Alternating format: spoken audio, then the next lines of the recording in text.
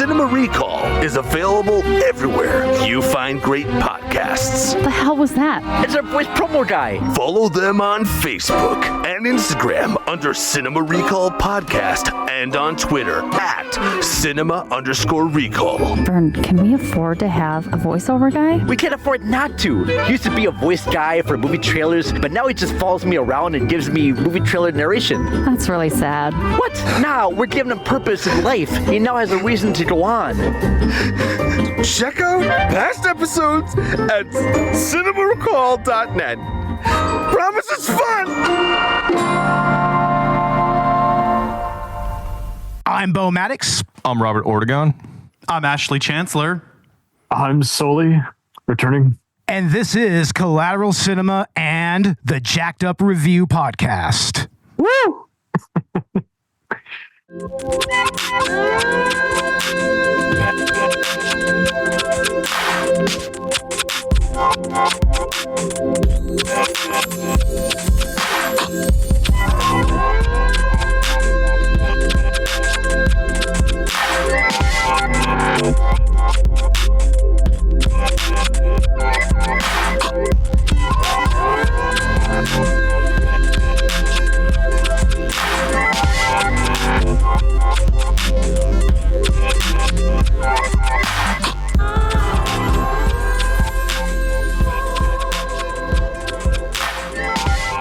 Welcome to Collateral Cinema, the only movie podcast that matters, where we focus on good movies, bad movies, and everything else in between in the world of cinema.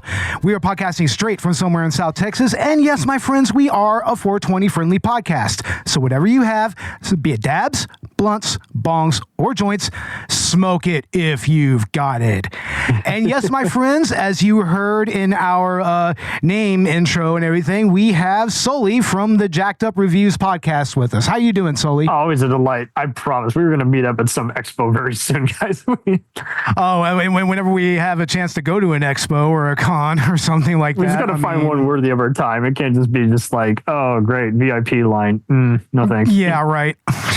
Yeah, man, and you've guested on Collateral Gaming twice, actually. So it's a pleasure to have you here on the sister show talking about the world of cinema, or in this case, television, so to speak. And more anytime. Yeah.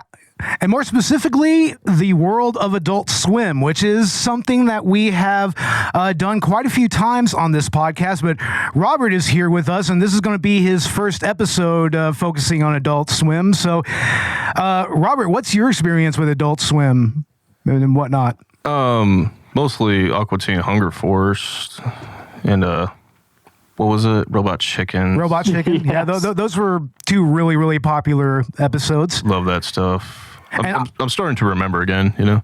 Oh, man. I mean, that classic era of Adult Swim is just so near and dear to me. I mean, it's such an essential part of me growing into my 20s and everything, and kind of actually becoming an adult. You know, more or less. I'm going to extend the same question to y'all, and we'll start with Soli. What's your experience with Adult Swim? Literally, right place, right time. Like, I saw this particular show. Like when I was like a teen, like approaching, more like a preteen approaching teens, and I was just like, oh, I shouldn't technically be watching this, but this is okay to watch technically. It's like the most tame of the Adult Swim shows, and that I had to study what this animation style was. They call it Squiggle Vision. Squiggle Vision. And I'm just like, I see, and I confused it with the Flash animation, which coincidentally they used later on in the show, but I always thought these were one and the same. So that was cool to get that clarified. Now, this is mostly a copy and paste from Dr. Katz, Professional Therapist. Now, that was like 3 years before I started paying attention, so I missed that one. But funny enough, I thought it was more like Doria on... Yeah, like Daria? Daria on MTV, and I was like, that's not considered that, but I thought that was kind of a similar veins, coincidentally. It has that particular look. kind of like in the dialogue and everything, it's a very dialogue heavy show and whatnot. But as far as Adult Swim, what other shows do you have you experienced and have you watched and everything? And for Adult Swim, I was definitely of the Space Ghost era. Yes. And shortly after Harvey Birdman was there, and I have revisited that one recently when that was on Hulu, and that was kind of fun to just see how, now Hanna-Barbera recently did Mike Tyson murder mysteries, but I still love the whole, just they took established characters and kind of made it more of a PG-13 kind of version. And just Hey, did more you get zany. that thing I sent you? Harvey Birdman. Bouchard. I love that shit. Which one? Oh, Harvey Birdman. Oh. Did you get that thing I sent you? Oh my God, yes. And Or Peanut just being a total horn dog all the time, just like there's a reason he's the boss in Office Space. He just always asks us these questions that you just don't want to answer. You're like, right.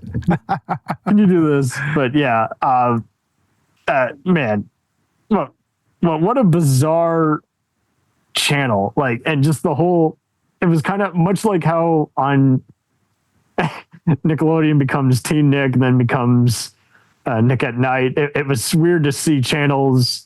Most people had them divided up, but depending on your service. But for me, for bootleg cable, it was just like, it's by this in between time, this channel transforms to the schedule. So put the kids to bed and everyone else, it's okay. But if I see something I don't like, change it.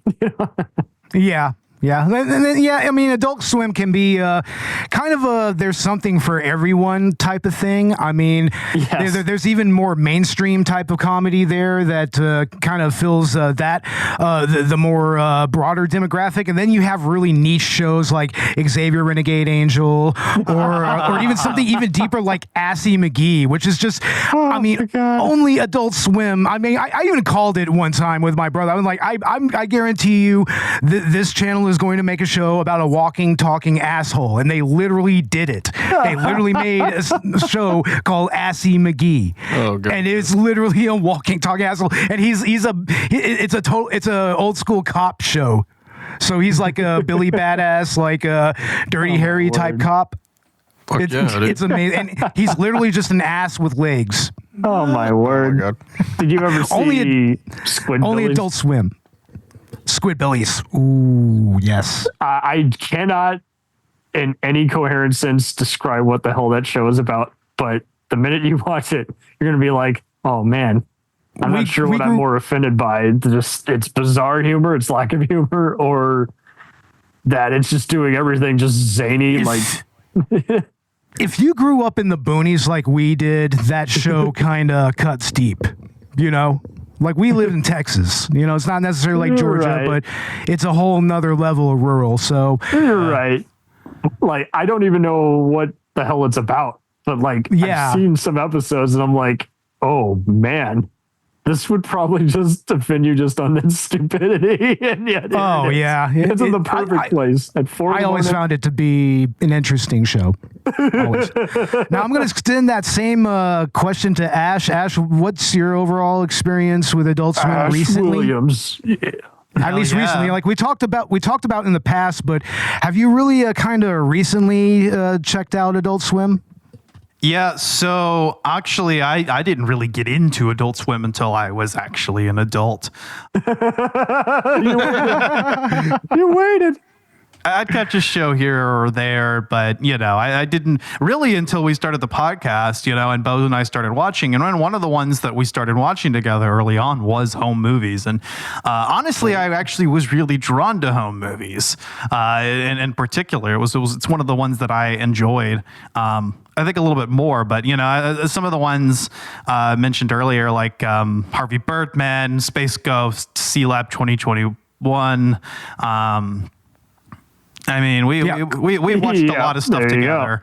I pretty much showed him the classic golden era of Adult Swim.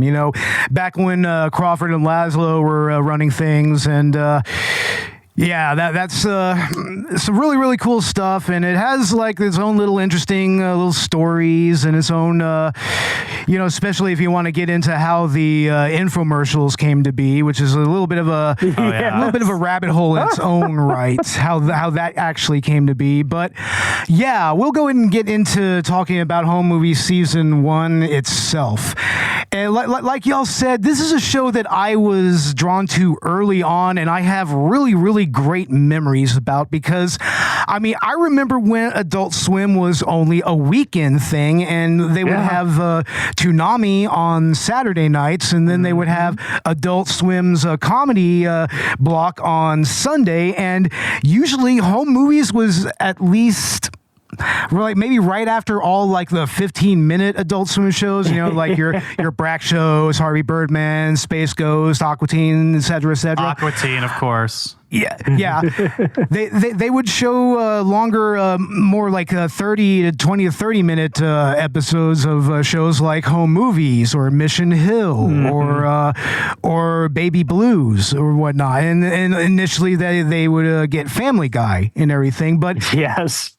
This show was initially going to be on UPN back in the day. Bouchard and Small, they initially had took the pilot to UPN. I think they were originally going to sign with them, but for one reason or another, that didn't end up happening, which incidentally, I think is how the Boondocks came to Adult Swim as well. So there's a little parallel there. Yeah, nice.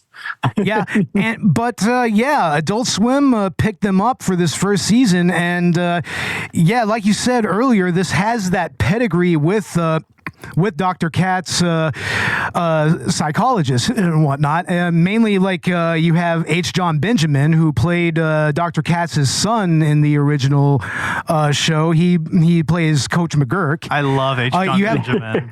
Yes. You have Jonathan Katz himself coming into the fray as Melissa's dad, and he was, of course, Dr. Katz in the original cartoon, in the original Comedy Central show. They were doing their cinematic verse before that was a thing.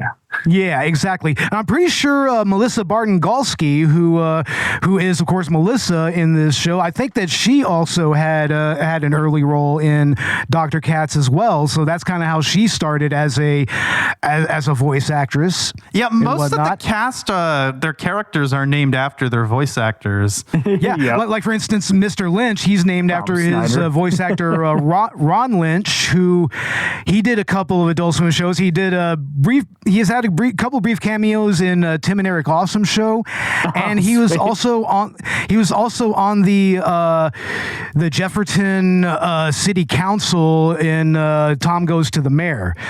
So this is a show that really kind of spawned a lot of interesting careers when it come or helped solidify some existing careers that would eventually kind of branch out onto Adult Swim, and also had Paula Poundstone as well as Paula.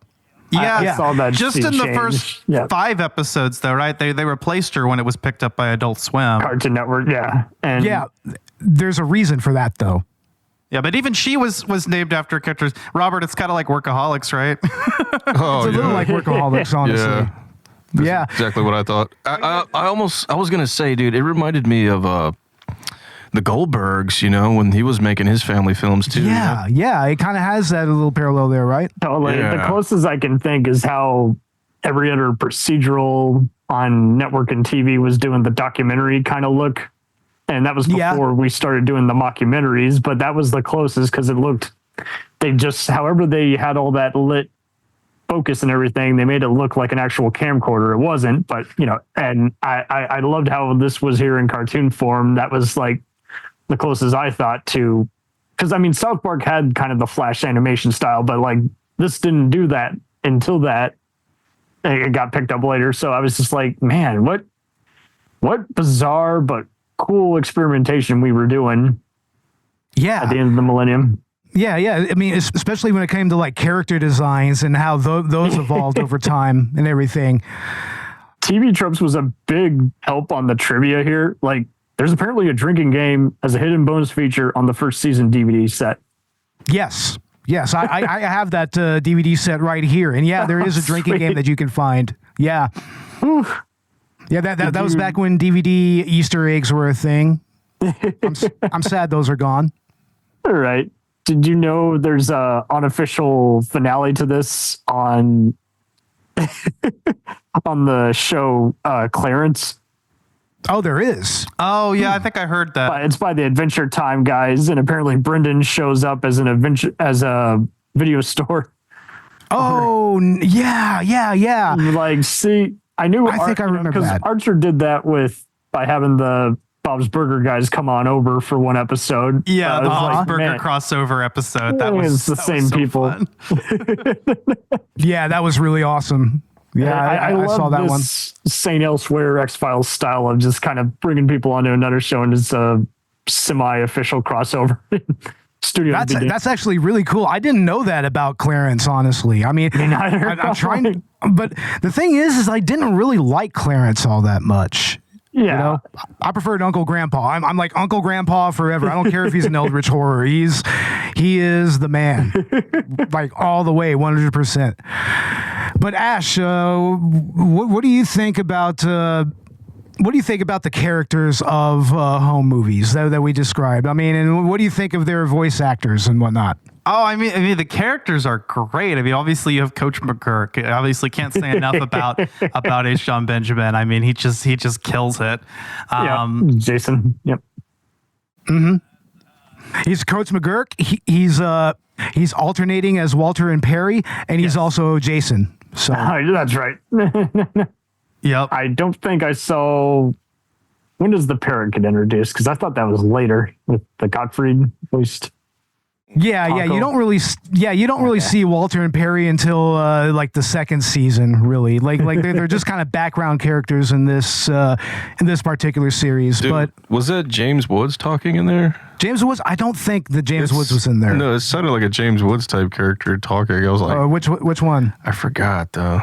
It wasn't McGurk you were talking about. No, it's right? not McGurk. No, it's not McGurk or Ron Lynch. Like one of their friends that just kept talking, and I was like, dude, is that James Woods' voice? Oh, yeah. You know?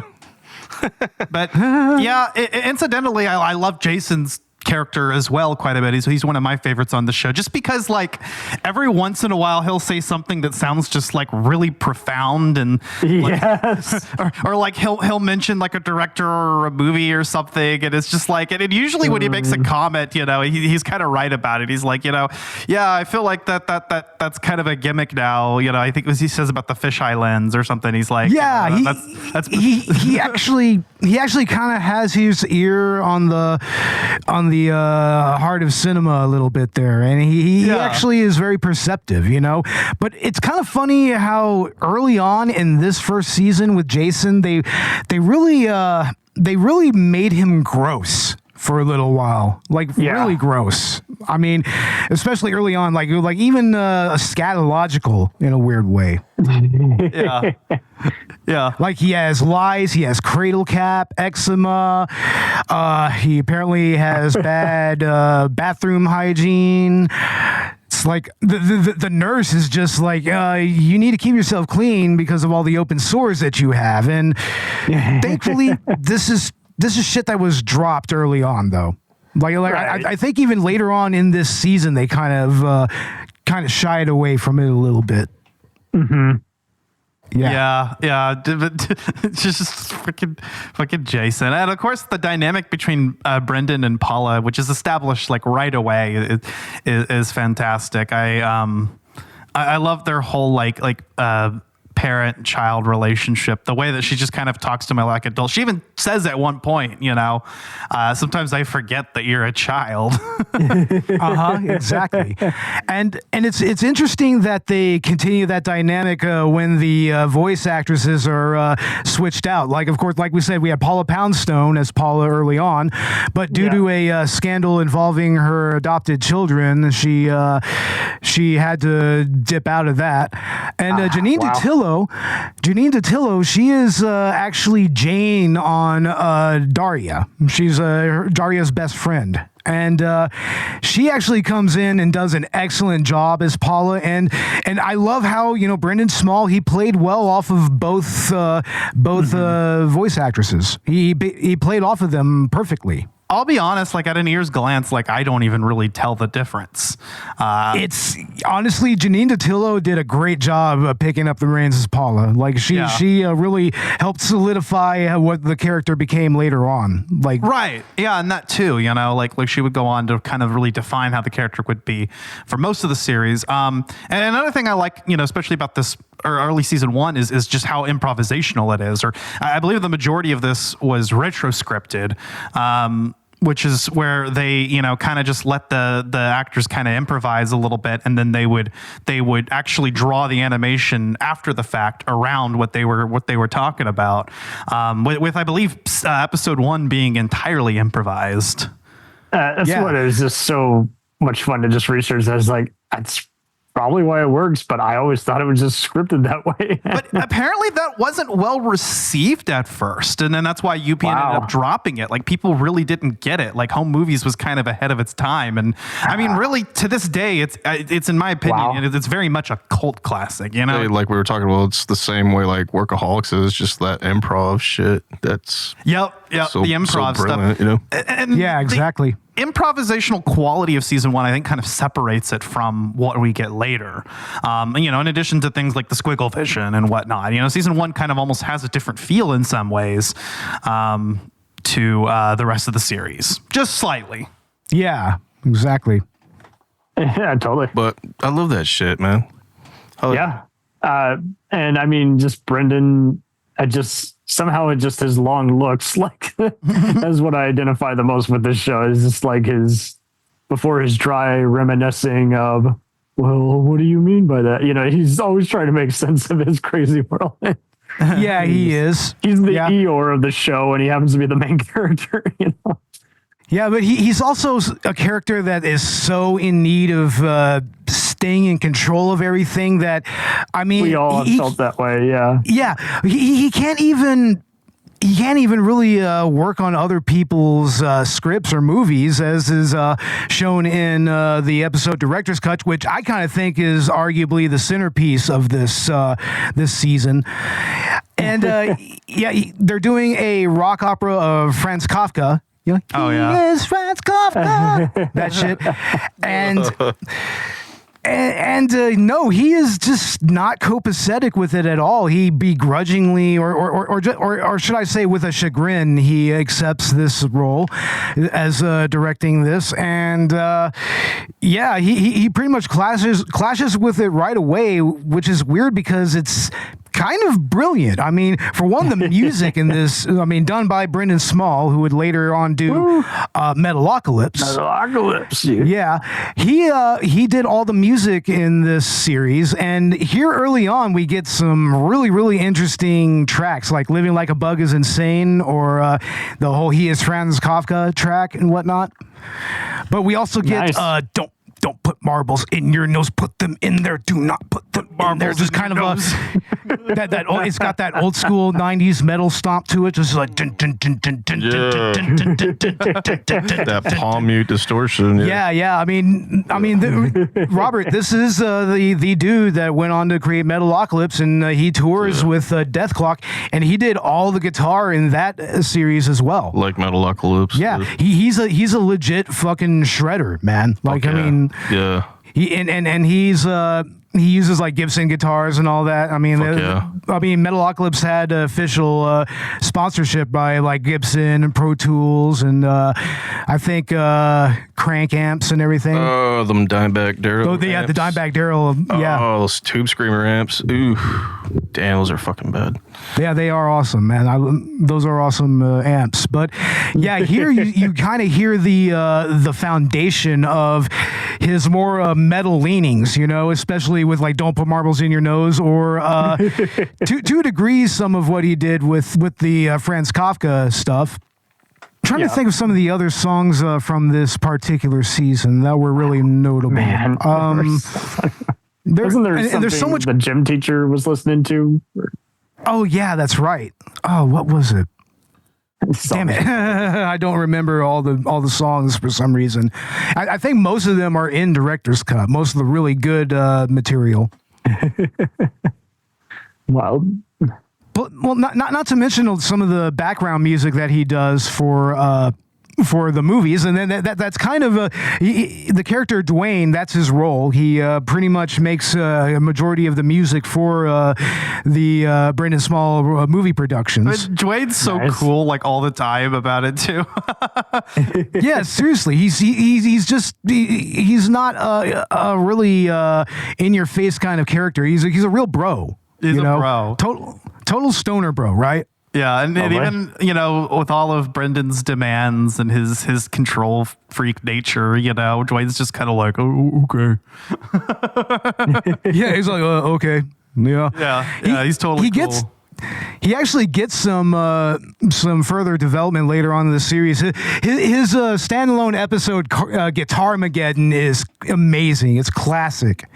He even shows off a little bit of Brendon Small's actual guitar chops a little bit. Like, he really kind of leans into it in that episode. Don't kill children. That was the one. Yeah, don't kill children. Exactly. There it is. Lewis Don't kill. Don't kill children. Don't run them over. Let them live a life and let them get older. Like a bug and easy. Yeah, I think that's in the last episode of the season, I believe. I think so. The music can be bought off a bonus soundtrack disc that came with the season 4 DVD, apparently. So it has. I used to have it, but I don't know what the fuck happened to it, which just kills me. That kills me so much because I love the soundtrack to this series so much. It's so much great music. Like you should hear the Sundown theme. It's a really chill piece of music. Very, very, very chill piece of music. I think that's the very definition of the whole show. It's pretty chill. Yeah. Everything about it is so chill and relaxing. Like, it's also what makes it a good show to put on as background noise, even, even if you've seen the show a bunch of times. I mean, you can kind of just put it on and you can just chill, you don't. It really is fun. Yeah, I mean, you don't really get any type of plot through lines or anything between episodes until like season 2, but here it's just improvised. Yeah. When it's improvised, it's kind of hard to have that. But anyway, let's get into the actual episodes that. Excuse me. Damn it! I guess I need more water or something. Don't put marbles in his mouth. No, don't put marbles in my mouth. No. I'd much rather not. It's a director's cut. There's Art of the Sucker Punch, which is a fun episode on dealing with bullies. Ooh, Sucker Punch. You're talking about Zack Snyder's movie? Oh, no. Just the episode 3. Oh, okay. The Art of here the I am Sucker being Punch. here I am being all dense and everything. God damn it. Well, anyway. Acting class episode. There's the school nurse episode. So many great episodes from this. Let's go ahead and let's go ahead and talk about like our favorite episodes here. We can just talk about like maybe 1 or 2 each. Yeah. I guess I'll go ahead and start. The aforementioned director's cut is fantastic for me. I don't know. It kind of feels like one big episode. Yeah, to me. I know that you said that in text messages earlier. Like, I mean, what kind of made it like that? Just well, I know I watched a few episodes with you, but when I came home at like 4 o'clock today, 3 o'clock, I just started watching them.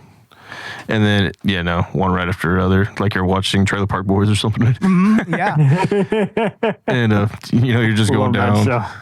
Yeah. Well, I can tell you, Robert, that in the second season on, it starts to gain a little more character. It gains its footing a little bit. It experiments with the actual movie, a little more with the movies that they do. Yeah. You'll start to see the film movies. Yeah, we'll talk about that here in a little bit. I watched that one dude. That's a whole other thing to get into.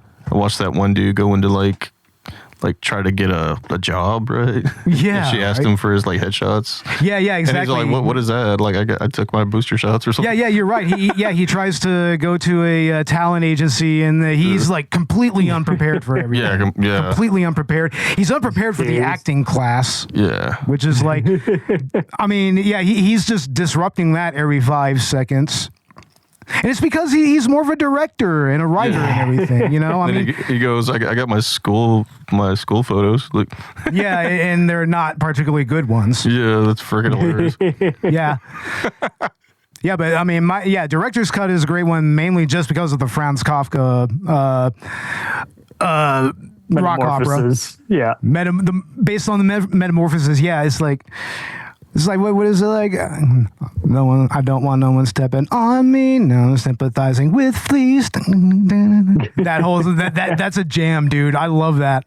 That entire medley is great. It's like later on you get the Wizard's Baker. That's another rock opera that they do, which is like absolutely awesome. Like especially like I'm a wizard man, kind of evoking Clutch a little bit. You know. Oh man. Get ready for Monday Night Anime featuring the not ready for bedtime players. Brendon. Don't take the jacket off. Kid, you're starting to sweat through it. You're just gonna look like Sweat Man. Oh my God. Jason. People hate me. And Coach McGurk. I got that tattooed on my chest. I'm an idiot. Don't live like me. And featuring musical guest. Hey, Yo-Yo Mom. I'm sorry. Play Freebird. It's the sleeper hit of the spring. Home Movies. Premieres April 26th on UPN. I can make it go down, suck it all the way back in. But yeah, that's one of my favorites. And Robert, I guess, was that one of your favorites? Or what other ones did you kind of take note of? Huh. Even just the first episode where he just kept talking about dating his mother. Oh yeah, that's a classic episode. Stay away from my mom. Yeah, exactly. And of course, you know, Melissa's so embarrassed about her dad whipping out about Eric whipping out the fucking violin and everything. Oh, yeah. It's like, hey, yo, ma. And honestly, that's a great establishing moment for Coach McGurk as well. Like, I mean, honestly, it's actually a great first episode because you get the gist of every single character. Everything that will plague the series, yeah. It's pretty much all right there and just distilled. I mean, I would argue that the first episode of Metalocalypse is kind of the same way. I mean, once you watch that, you know immediately what you're getting into here. Yeah. You know? Mm-hmm. No surprises, yeah. Yeah, but also just immediately showing how much of a sad sack Coach McGurk is, you know, like especially when it comes to women, like, and that is something that it plays out a little later on in the season with the whole nurse episode. Yeah. Oh yeah, and everybody's hitting on the nurse, including Jason. Yeah, including Lynch. Lynch is doing it. And this was before, what was it? Was it Sugar Ray that did the whole sexy nurse cover? No, that was Blink-182. That's what it was. So yeah. Was that around that same time?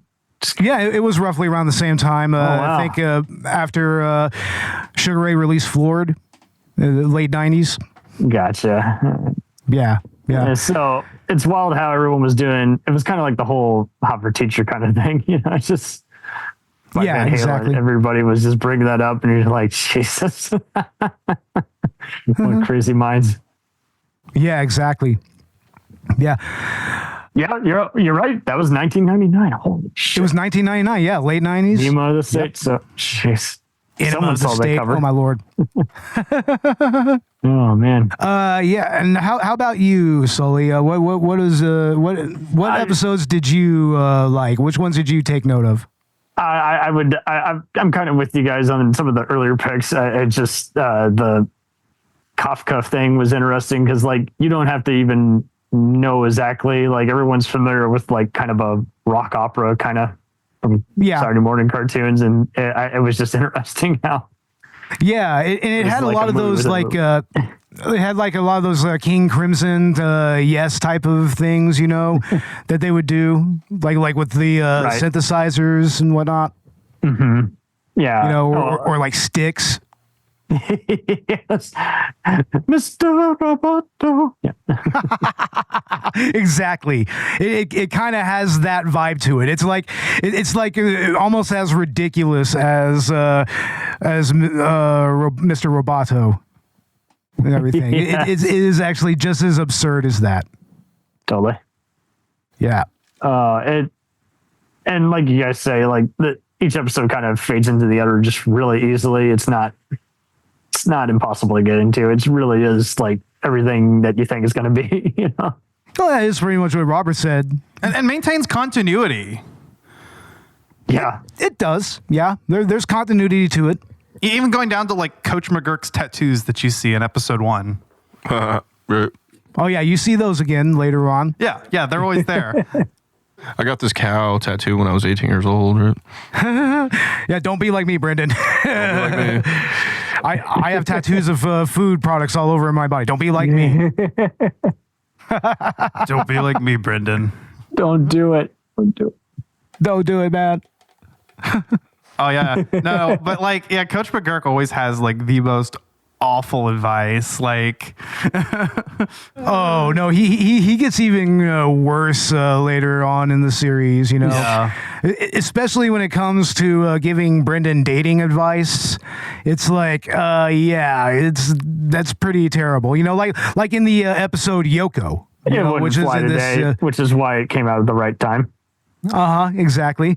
And that episode has, of course, it has Eugene Merman as Eugene, who would later go on to be Gene in Bob's Burgers. He plays the Russian guy. He's like, I've been Coach McGurk's canteen. Duh. It practically joke. Duh.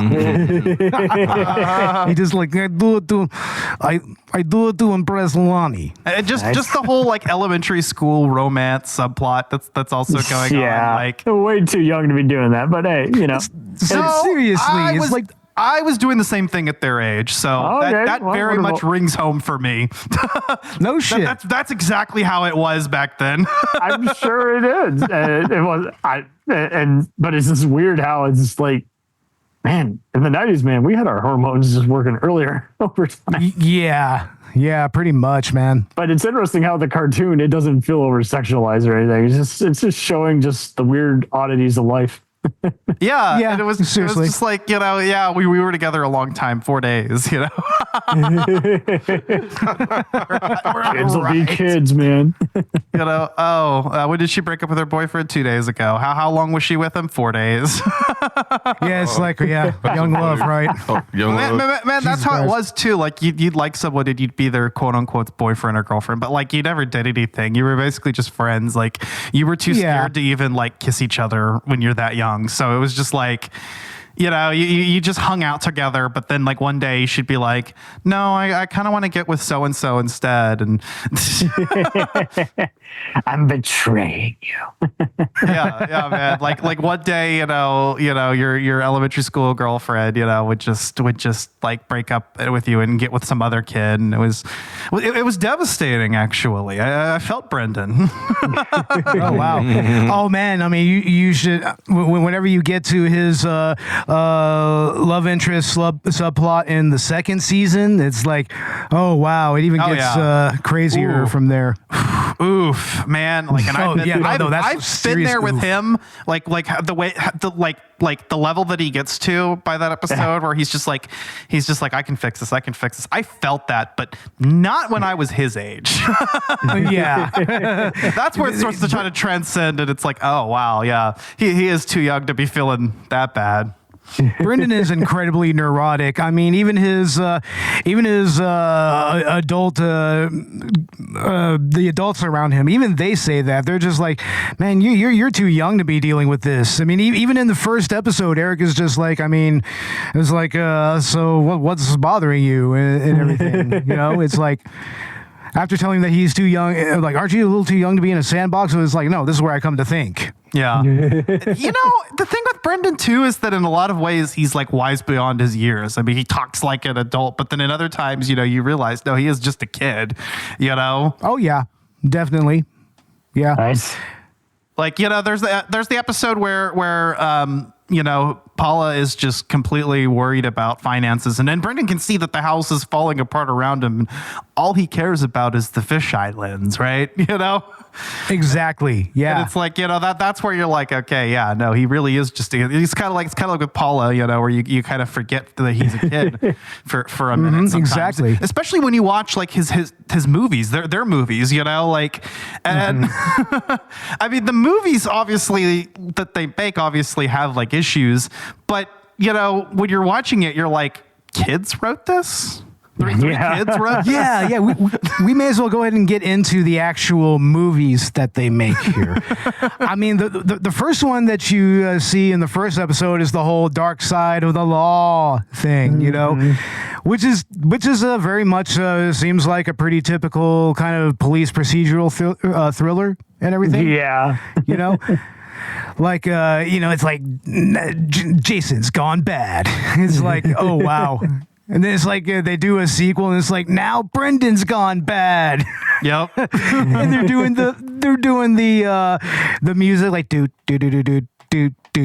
Like, oh my God, it's just so adorable when you first see it. But then when you see some of the movies that they make later on, you know, like. Especially here, like of course, you know, the aforementioned rock opera that they did. Yeah. Then Louie Louie, which is the other project that he wanted to do in that episode, Louis Pasteur and Louis Braille. In the same, what would happen if they meet each other? Oh, that was great. That whole exchange between them and everything. Yeah. I don't know. I think I liked Louie Louie better than Franz Kafka. I'm with Brendon on this one. You think so? Concept, but I don't know. The Franz Kafka, just elevated all new heights with the music and everything. So in terms of execution, it's hard to top that. But conceptually, that's true. Conceptually, I vibed with the Louie Louie movie. What do you think about the Louie Louie rap at the end of the end of their movie? Oh no, that is just golden. I mean that actually, now that you bring that up, I mean that almost does kind of reach the levels of the music that Twain writes for the Franz Kafka movie. Because I love all the little hip hop references they have to like Beastie Boys and to Public Enemy and like who else? I think Vanilla Ice once. It's hilarious. You know, something that they kind of repeat later on with Mr. Pants from the whole Starboy and Captain of Outer Space movie. Yeah, that was an interesting episode, but we won't get into that right now. What else what other movies did they do here that was really, really cool? Oh man.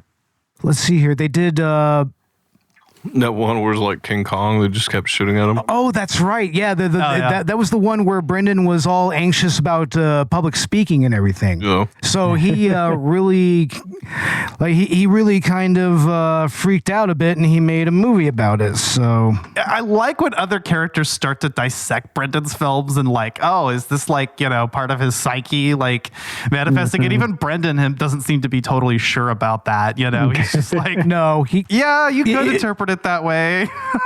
He's doing it very subconsciously. It's very subconscious. Very self-aware. Yeah. And then there's the movie that he shows to his acting class teacher that kind of gets him back on his side and everything, which is kind of like this I don't know, Robert. It kind of feels like something that wouldn't be out of place in like a Streetcar Named Desire type of movie or something like that. Oh yeah. Kind of feels like it has or Grapes of Wrath type of movie or something like that. Yeah, Dust Bowl epic. Dust Bowl and shit. Yeah, exactly. Yeah, it has that kind of feel to it. Yeah, you can learn a lot about classic films just by seeing them parodied in the cartoons we love. Oh, absolutely.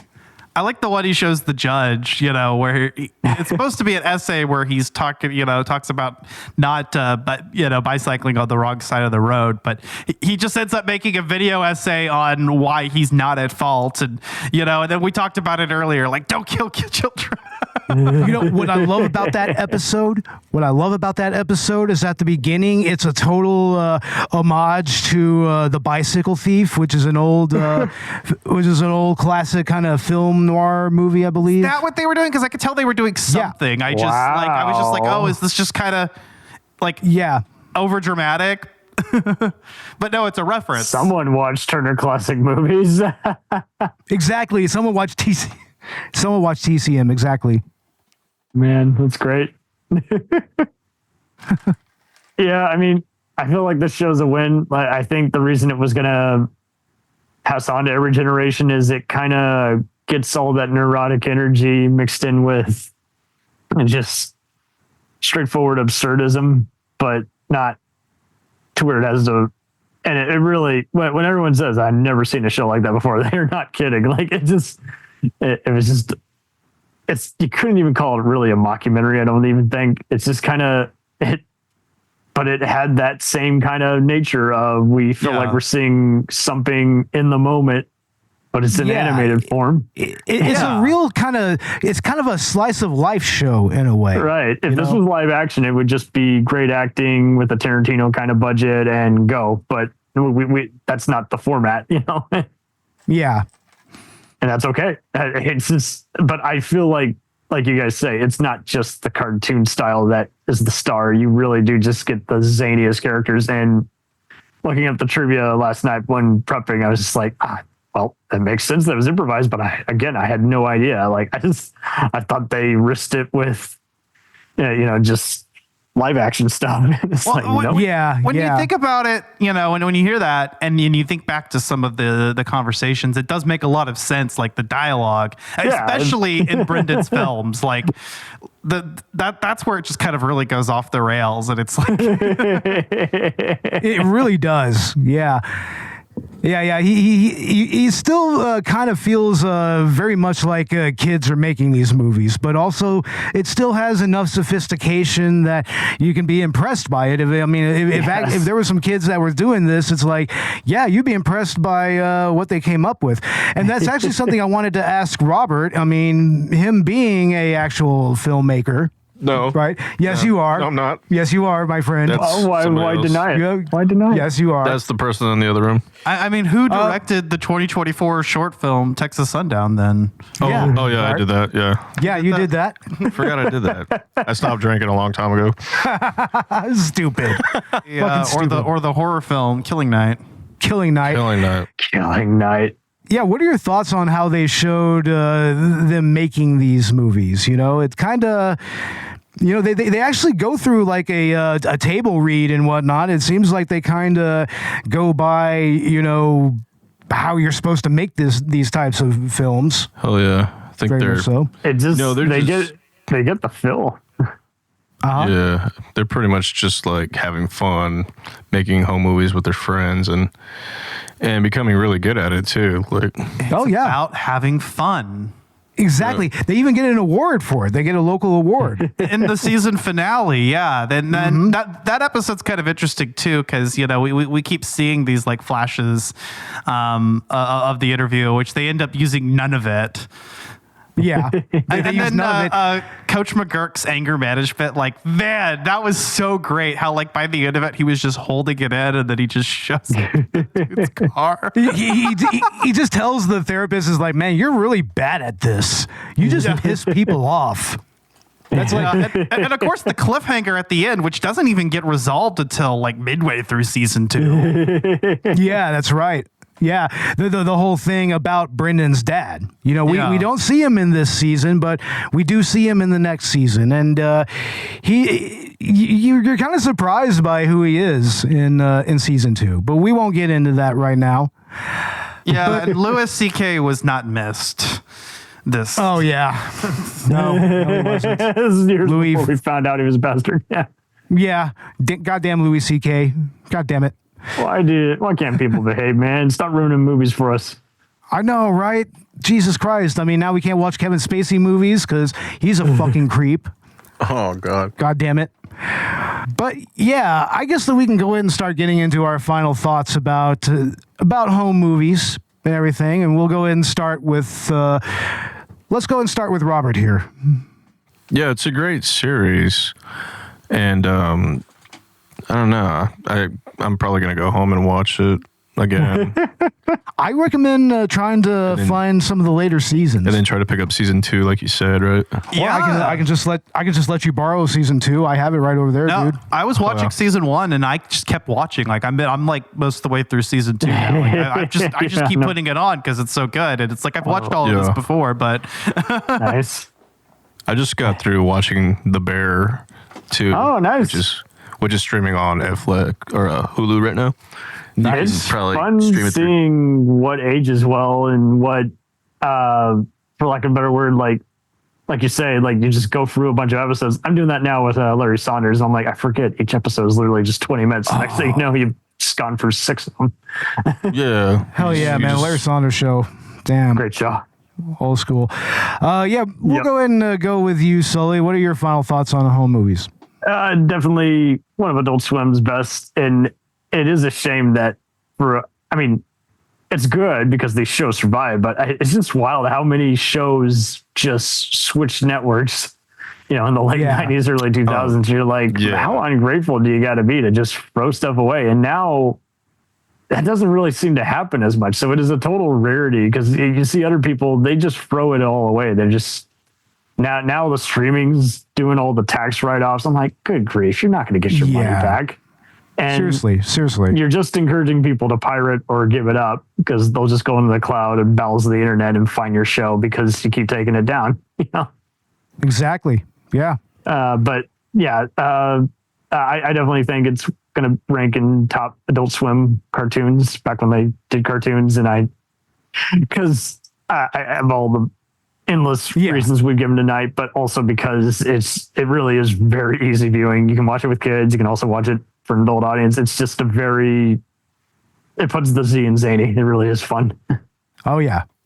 And you, Ash, how about your final thoughts? Ashley. So sorry, that's me.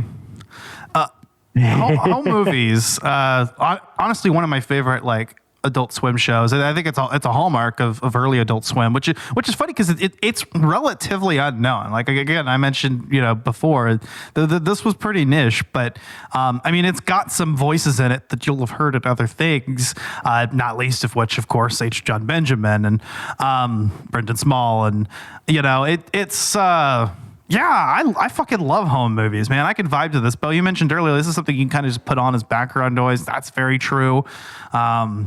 And it's something that, even though, I've watched all of this before, I continued to keep watching, episode after episode. And honestly, what's actually been pretty good is this has been pretty good for, my workout routines. Because... Oh, yeah. I could do, a set, in between each episode or, in between each episode and, at the mid-roll. Yeah. Mm-hmm.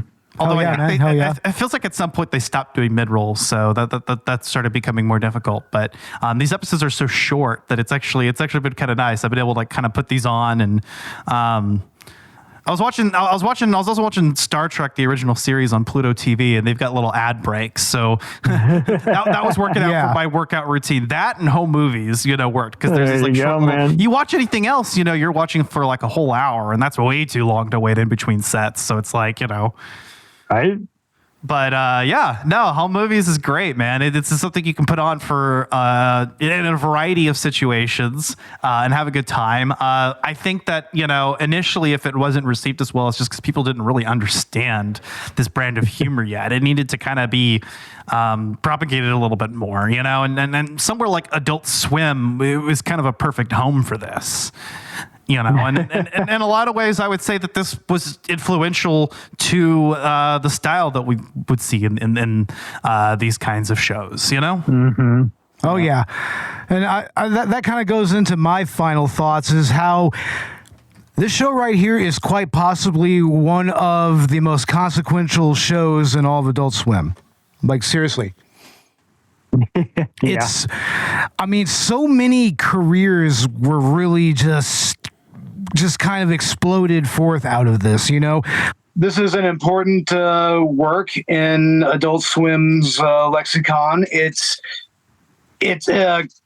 kind of influenced pretty much a lot of Adult Swim, like Ash said, and it led to a bunch of other shows that are now all-time classics, like Bob's Burgers, Metalocalypse, even something like Lucy, Daughter of the Devil. This is a really near and dear and important show to me, and I'm happy to talk about it with you guys, man, because it feels like I'm talking about a part of myself here a little bit. Nice. So yeah. But that is home movies. Sully, what's going on with the Jacked Up Reviews podcast? No shortage. Just some deep cuts. We're doing some fun stuff throughout the year for the various anthology shows, as well as, a good colleague of ours, Ash, was just on there, and we summed up our favorite moments of the Speed movie franchise, but we also went in, have done some other just deep cuts, some various B-movie sagas and music bands. So that's it. It's the usual variety show outpour with a bit of a theme every week. So, yeah. Awesome. And Ash, what's going on with Collateral Gaming? Well, quite a bit late on this, but I still wanted to release an episode on the Paper Mario remake because I'm really enjoying the hell out of it. Thousand Year Door is one of my all-time favorites. I used to play on the as a child on the GameCube, so revisiting that has been great. I'd like to get an episode out on that. We did recently release our episode on the Great Ace Attorney Chronicles Part 1, where we're covering the first game, and then in Part 2 very soon here, as soon as Bo finishes the game, we should have out Great Ace Attorney Part 2 on the second game. So the Great Ace Attorney Chronicles are just like peak Ace Attorney. They've been a lot of fun to replay for me, and I know Bo's been enjoying getting through those now. Oh, I love them, dude. I love Ace Attorney so much, and Great Ace Attorney was amazing. And this second game is already turning out to be very interesting.